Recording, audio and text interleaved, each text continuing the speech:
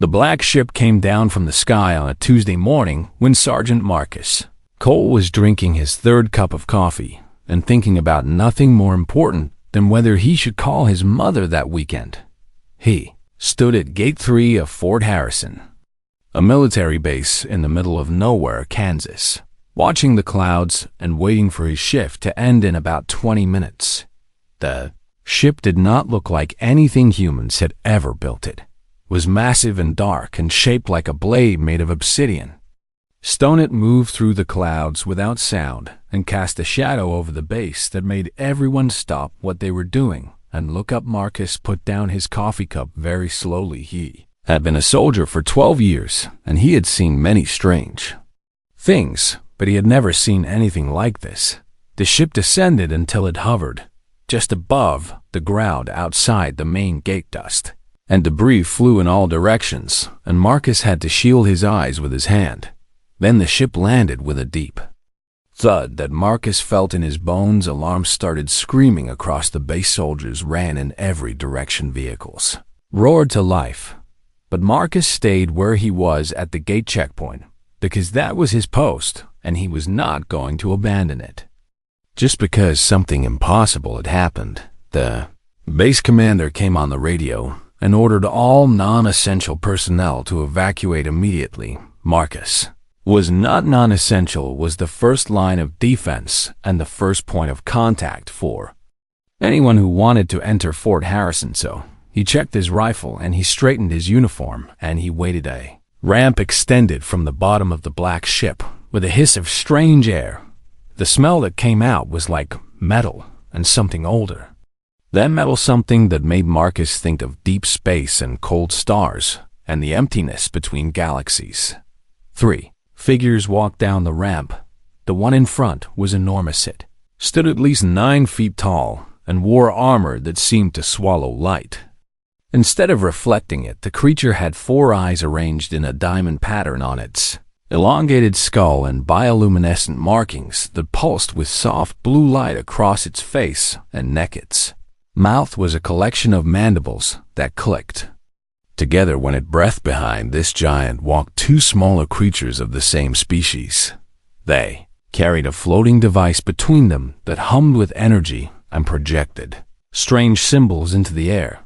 The giant stopped about 30 feet from Marcus and looked down at him with all 4 of its eyes. Marcus looked back.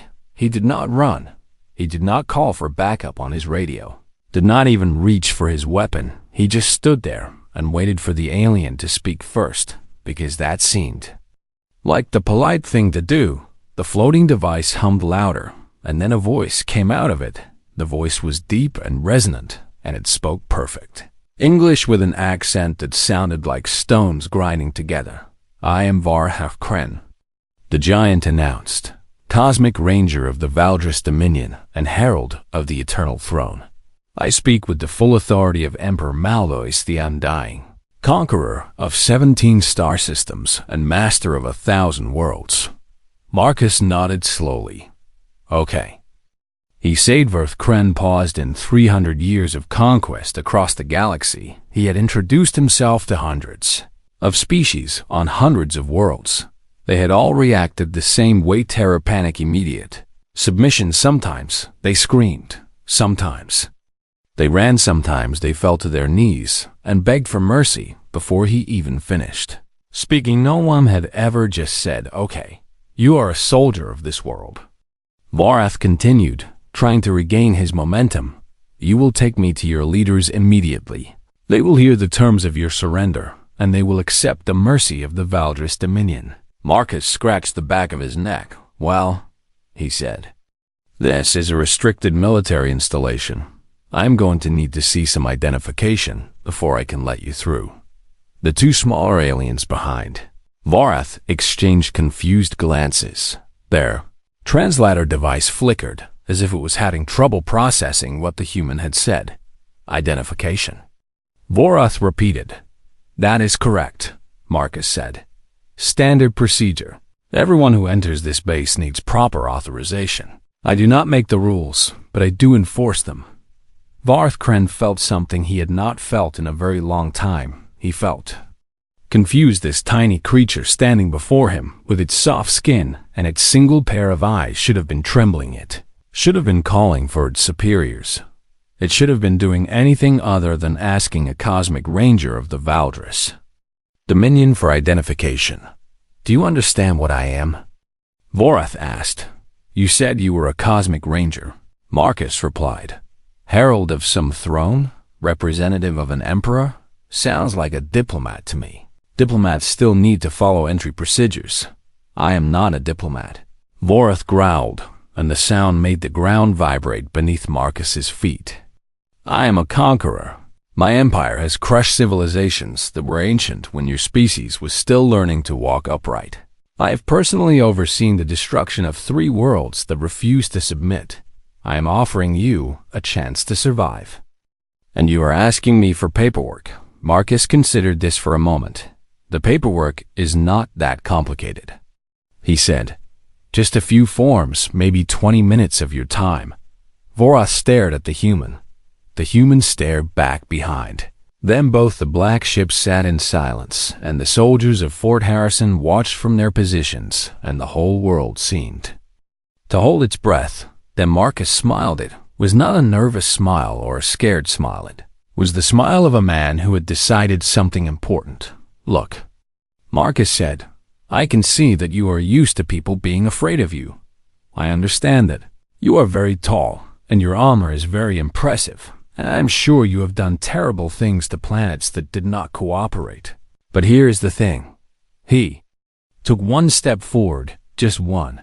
But something about that step made Vorath's soldiers raise their weapons. "This is my post," Marcus continued. "I have been standing at this gate for 6 years, and in all that time I have never let anyone through without proper authorization. Not generals, not senators, not even my own mother when she came to visit and forgot her ID in the car. If you want to talk to someone important, you are going to have to wait while I make some calls. That is just how it works here." Vorath. Kren looked at this small human and felt the first stirring of something he had not experienced in centuries. He felt curious. Vorath Kren had conquered worlds. He had stood on the bridges of warships as they burned cities to ash. He had watched entire species kneel before him and beg for the privilege of serving the Valdris Dominion, but he had never met anyone quite like Sergeant Marcus. Cole the human stood at his little checkpoint booth with his little rifle and his little cup of coffee, getting cold on the counter behind him, and he showed absolutely no fear. This was wrong. This was not how inferior species were supposed to behave. Vorath decided to try a different approach. "Perhaps you do not understand the DA's situation," Vorath said, making his voice softer and more patient, like he was explaining something to a child. "My ship carries weapons that could level this entire base in seconds. There are 40 more ships waiting in orbit above your planet. We have mapped every military installation and population center on your world. Resistance is not just futile. It is mathematically impossible." Marcus nodded thoughtfully. 40 ships, he said. "That is a lot of ships." "Yes," Vorath agreed, feeling like he was finally making progress. Must have been a long journey to get here." Marcus continued. 300 light years. Vorath said, "That is very far." "It is." Marcus picked up his coffee and took a sip even though it had gone cold. "Seems like a lot of effort," he said. "Just to talk to one planet. You must really want something from us." Vorath's mandibles clicked in irritation. The human was doing something strange. He was treating this like a negotiation instead of a surrender. No species had ever tried to negotiate with the Valdris Dominion. "We want your submission," Vorath said firmly. "Your world will be integrated into the Empire. Your people will serve us. Your resources will fuel our expansion. In exchange, you will be permitted to continue existing. This is not a negotiation. This is a mercy." "Right," Marcus said. "A mercy. Got it." He put down his coffee and pulled out a small notepad from his pocket. Let me just write this down so I can pass it along to my superiors. Marcus said, You want our submission, our service, our resources? Anything else? Your complete and unconditional surrender. Vorath added, Complete and unconditional. Marcus repeated as he wrote, Okay, I will make sure to include that. Now, who should I say is making this request? I told you my name, Vorath growled. You told me a lot of names, Marcus said. Vorath Kren, Cosmic Ranger, Herald of something, lots of titles. Which one should I put on the form? Behind Vorath, his two soldiers were whispering to each other in their native language. They had never seen anything like this. They had watched their commander bring empires to their knees with nothing but words and the threat of destruction. Now he was standing in front of a single human soldier who was taking notes like this was a routine visitor. Request. This is absurd, one of the soldiers muttered. The translator must be broken, the other replied. There is no way the human actually understands what is happening. But the translator was working perfectly, and Marcus understood exactly what was happening. He just did not care. Look, Marcus said, putting away his notepad, I am just a sergeant. I guard a gate. I check IDs, and I make sure nobody gets through who's not supposed to get through. World domination and galactic empires and all that stuff is way above my pay grade. Then take me to someone whose pay grade it is, Vorath demanded. I would love to, Marcus said. But like I said, this is a restricted military installation. You cannot just walk in. There are procedures. I could destroy this entire base. Vorath reminded him. You could, Marcus agreed. But then you would have to talk to whoever shows up next. And they might be even more annoying than me. Vorath felt his patience.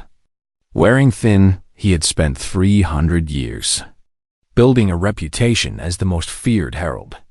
In the Valdris dominion he had made, planetary governors weep with a single glance. He had crushed rebellions before they even started just by showing up, and now this tiny human with his coffee and his notepad was treating him like a minor inconvenience. You do not seem to grasp the danger you are in, Vorath said. Oh, I grasp it, Marcus replied. Big scary aliens with big scary ships want to take over the planet. Pretty clear situation, but here's the thing about danger. I have been in danger before. I have been shot at and blown up and left for dead in places you have never heard of. Danger and I are old friends. He smiled again, that same calm, confident smile that made no sense given the circumstances. Besides, Marcus continued, if you were going to destroy this base, you would have done it already. You did not come all this way just to blow things up. You came to make us surrender. And for us to surrender, someone has to actually surrender, which means you need us alive. Which means I have all the time in the world to follow proper procedures. Vorath stared at the human. The logic was infuriating because it was correct. The Valdris Dominion did not just destroy. World's destruction was wasteful. Dead species could not serve the Empire. Dead planets could not provide resources. The whole point of conquest was acquisition, not annihilation. You are smarter than you look, Vorath admitted. I get that a lot, Marcus said. Now how about you park that ship somewhere that is not blocking the fire lane, and I will see about getting you a meeting with someone important. Might take a few hours, though. These things always take longer than you expect, Vorath. Kren had two choices. He could kill this human and force his way onto the base, which would start a war before he even delivered his terms, or he could wait for the first time in 300 years. He chose to wait 1 hour, Vorath said. I will give you 1 hour to bring me someone with authority. If you fail, I will take what I want by force. Marcus checked his watch. 1 hour, he repeated. I will see what I can do. He picked up his radio and called the base commander while Vorath Kren stood in the morning sun and wondered what kind of species produced soldiers like this. The hour passed slowly. Voreth Kren stood in the Kansas sun and watched the humans scramble around their little base like insects whose nest had been disturbed. Vehicles moved back and forth. Soldiers took up positions behind walls, and vehicles, helicopters, circled overhead, keeping a safe distance from his ship. And through it all, Sergeant Marcus Cole stayed at his post. He made phone calls, filled out paperwork, even offered Voreth and his soldiers water, which they declined because accepting hospitality from a conquered species would have been beneath their dignity. Your superiors are taking a long time, Voreth observed. Government moves slow, Marcus said. Same everywhere, I guess. Even in your empire, probably. Voreth did not respond because the human was right. The Valder's Dominion had its own bureaucracy, and it was just as frustrating as any other. Can I ask you something? Marcus said. You may, Voreth replied, curious despite himself. Why do you do this? Marcus asked. The conquest thing? The empire building. What is the point? It was such a simple question. Voreth almost laughed. The point is survival, he said. The universe is vast and cold and full of dangers. Species that do not expand are eventually destroyed by species that do. The Valders chose to be the conquerors rather than the conquered. It is the only logical choice.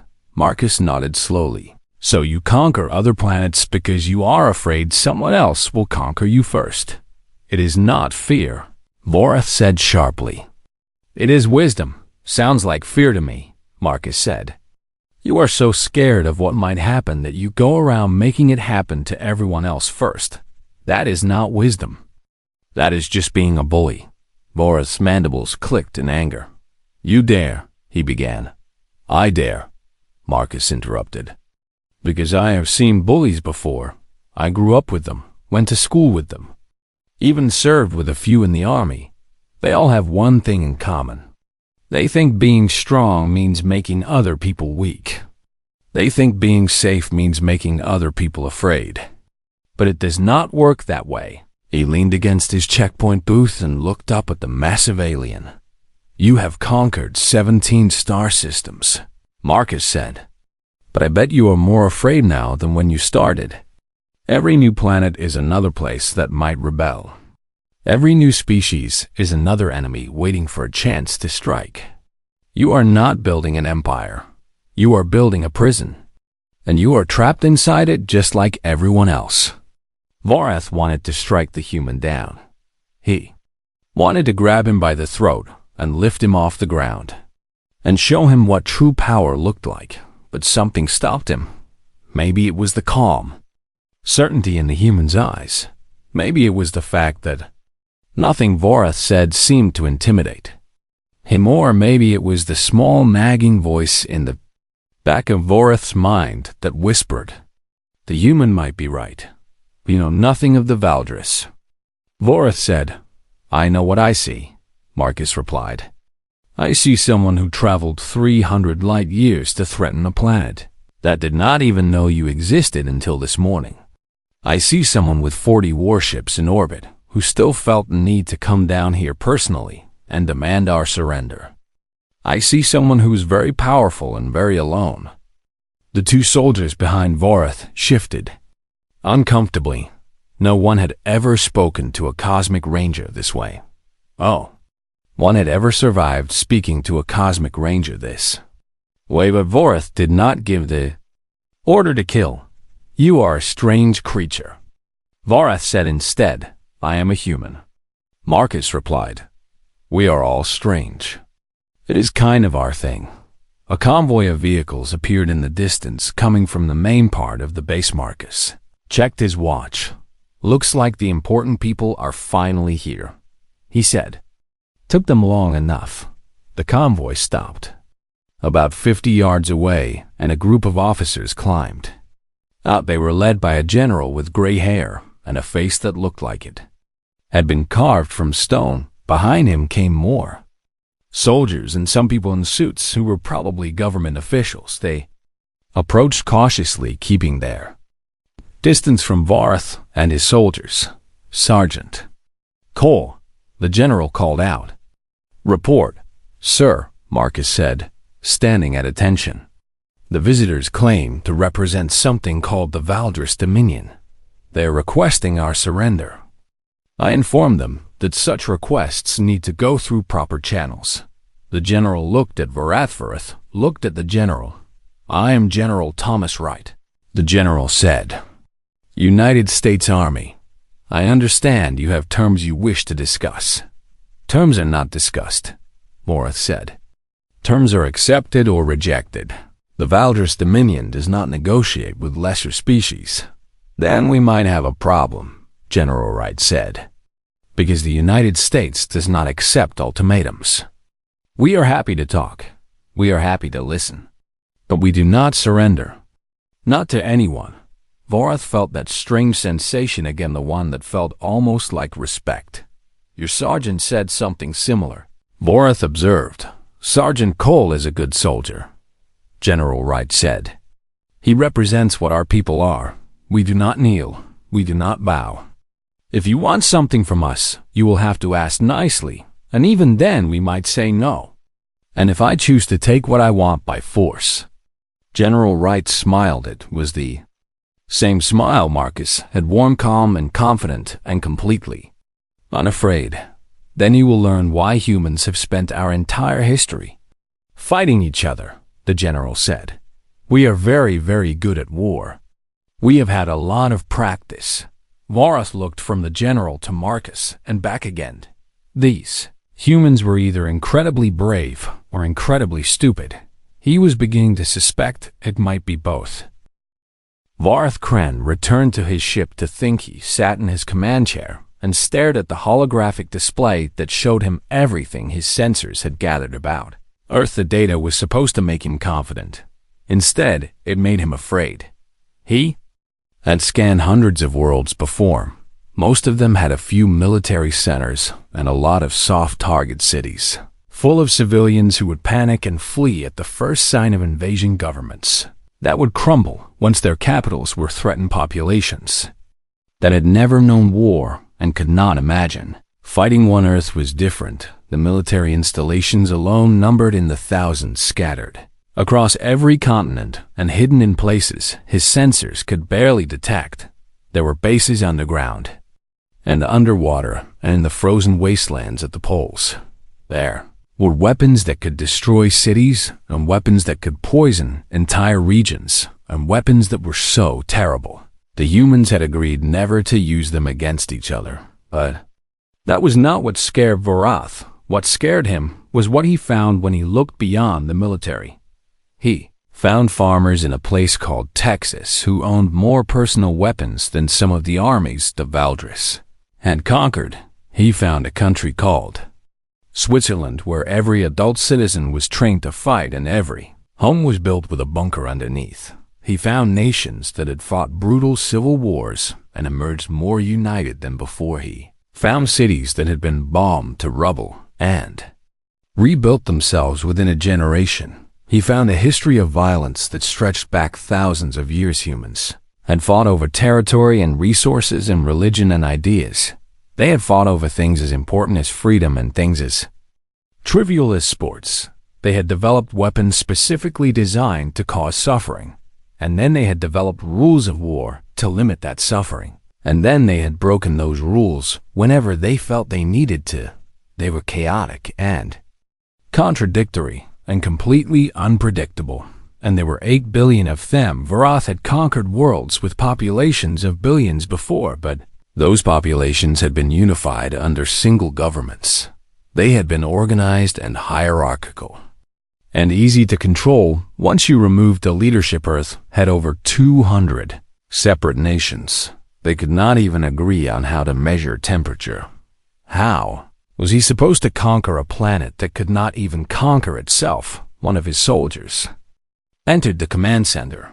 Harold, the soldier said, the fleet commander wishes to speak with you.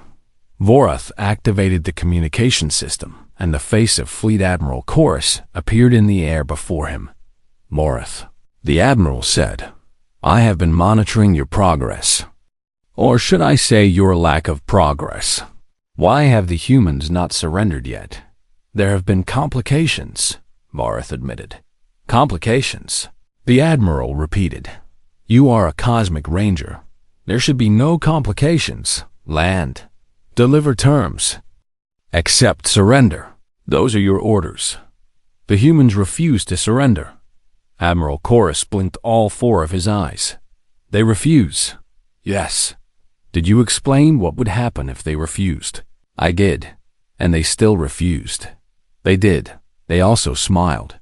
The Admiral was silent for a long moment. Smiled. He finally said, It appears to be a human expression of confidence or amusement, Voreth explained. They seem to find our threats entertaining rather than frightening. Then destroy them. The Admiral said, Make an example of their planet. Show the galaxy what happens to species that defy the Dominion. Vareth had expected this order. He had given this order himself on other worlds, but something made him hesitate. Admiral, he said carefully, I have analyzed Earth's defenses. The humans possess weapons capable of reaching our ships in orbit. A direct assault would result in significant casualties. How significant? I estimate we would lose between 5 and 10 ships, possibly more if the humans employ unconventional tactics, and based on my observations, they will definitely employ unconventional tactics. The Admiral considered this 5 ships was acceptable. 10 ships was concerning. More than 10 ships was a disaster. What kind of unconventional tactics? The Admiral asked. They have weapons that spread invisible poison through the air, Voreth said. They have weapons that can destroy entire cities with a single explosion. They have soldiers who are willing to die if it means taking enemies with them.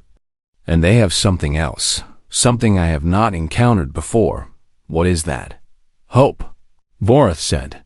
They genuinely believe they can win, not because they are ignorant of our power, but because they have won against impossible odds before. Their history is full of stories about small groups defeating larger forces through determination and cleverness. They have turned these stories into a cultural identity. They see themselves as survivors, as fighters, as people who never give up. That is just propaganda. The Admiral said dismissively, Every species tells itself stories. With respect, Admiral, I do not think so, Vareth replied. I spoke with a human soldier today. He was not a leader or a warrior of any particular skill. He was just a guard at a gate. And he was not afraid of me. He looked at me with eyes that had seen death before and decided that death was not enough to make him kneel. The Admiral was quiet again. What are you recommending, Harold? Voreth took a deep breath. I am recommending we classify Earth as a non-viable target and withdraw from this system. The cost of conquest is too high and the benefit too uncertain. There are easier worlds to take. You want to retreat, the Admiral said slowly, from a species that has never left their own planet, from a world that discovered radio communications less than 200 years ago. You want to retreat. I want to survive, Voreth said. And I want the Dominion to survive. If we attack Earth, we will win eventually, but we will lose ships and soldiers and time. And every species we have conquered will see us bleeding. They will see that we can be hurt. They will see that we can be fought. Is one planet worth that risk? The Admiral did not answer immediately, but of isn't it? Vareth could see him thinking, and Vareth knew he was thinking about all those conquered worlds, all those subjugated species waiting for a sign that the Valdris were not invincible. All those rebellions that were one spark away from igniting Earth could be that spark, or Earth could be forgotten, a small blue planet that was simply not worth the trouble. I will consult with the Emperor, the Admiral finally said. Do nothing until you receive further orders. The communication ended.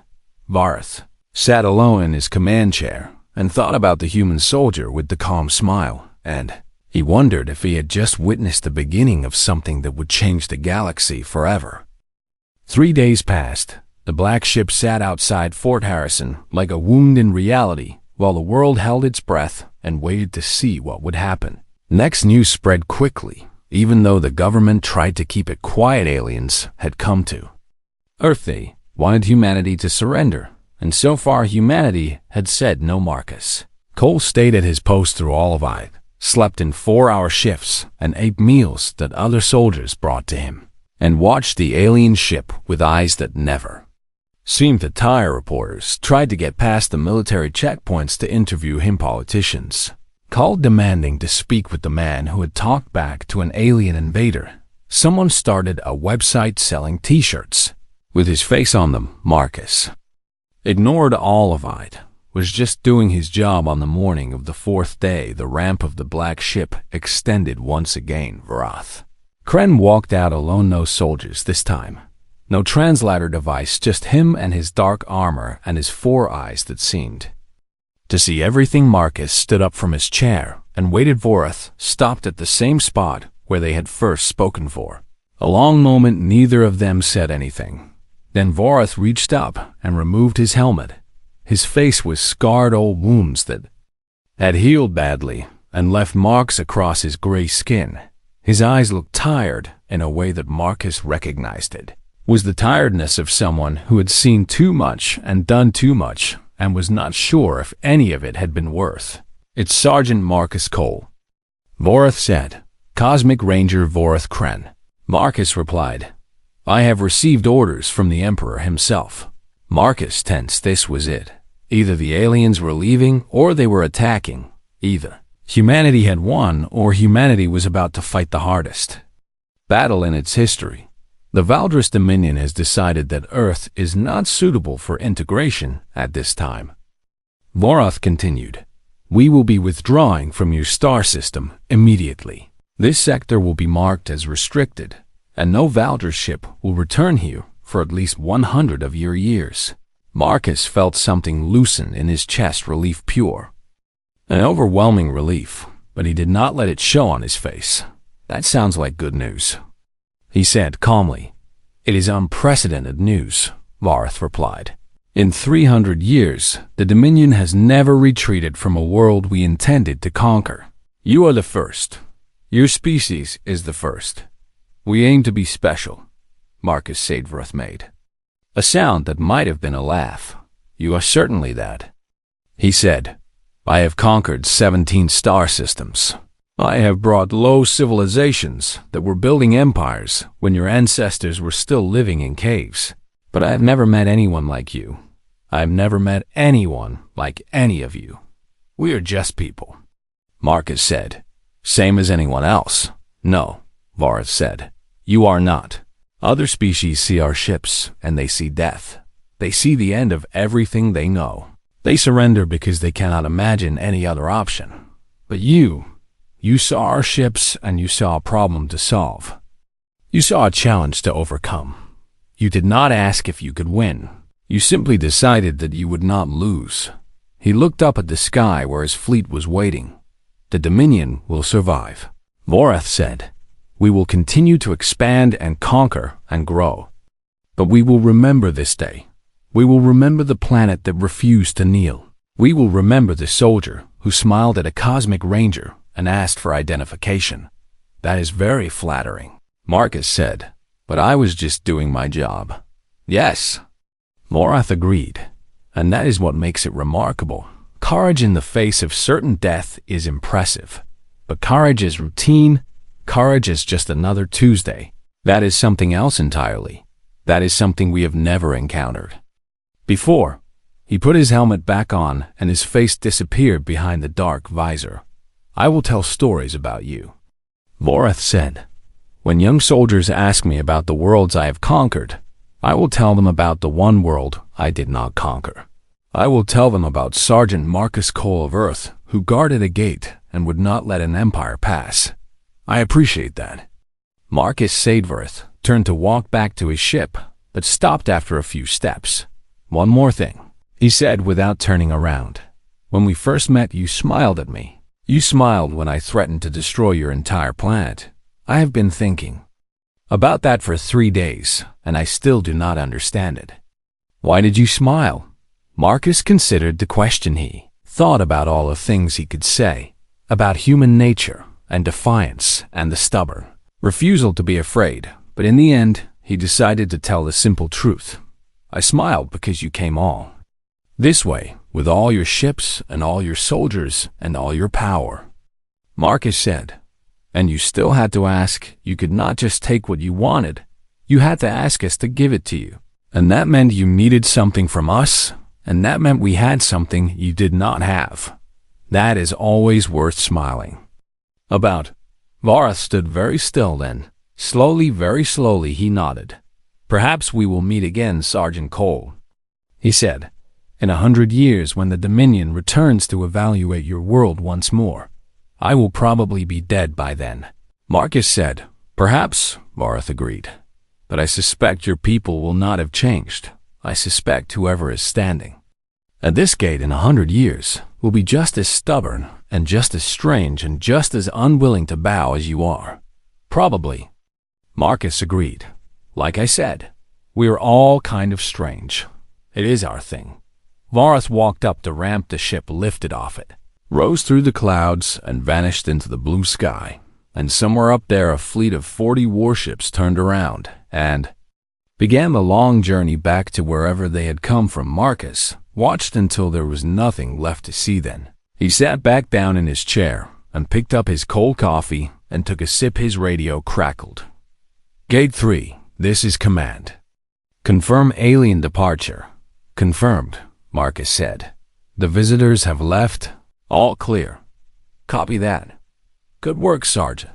Marcus put down the radio and looked up at the sky somewhere. Out there among the stars, an empire had learned a lesson that would spread across the galaxy. Humanity does not bow. Humanity does not kneel. Humanity stands at its gates and smiles and asks for identification. And when the darkness comes, humanity lights a fire and dares the darkness to do something about it. Marcus finished. His coffee checked his watch. His shift had ended 4 days ago. He should probably go get some sleep. But first he was going to call his mother. It seemed like a good day to tell her that he loved her. Above him, the stars were waiting, and somewhere among them the story of Earth was just beginning to be told. The story of a small blue planet that refused to surrender. The story of a species that was too stubborn to know when to quit. The story of one soldier at one gate who did his job and changed the course of galactic history. It was a good story, and humans had always been very good at telling stories, almost as good as they were at living them.